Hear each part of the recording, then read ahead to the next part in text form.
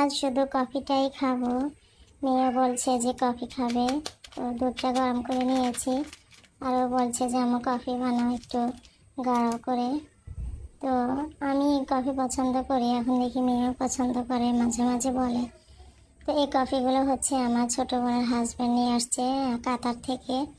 তো একটু একটু করে খাওয়া হয়, প্রায় অনেকগুলোই দিয়েছিল, আমি মাঝে মাঝে খাই, মেয়েকে খাওয়াই। তো এখন ওর পরীক্ষা চলছে, তো আমিও ভাবছি অবশ্য ওকে একটু কফি বানিয়ে দিই। তো বলছে আমি একটু বেশি ফ্লেভার একটু গাঢ় করো, ফ্লেভার একটু কড়া করলে ভালো লাগে। আমারও কড়া ফ্লেভার একটু ভালো লাগে, দেখেও আমার মতোই হয়েছে।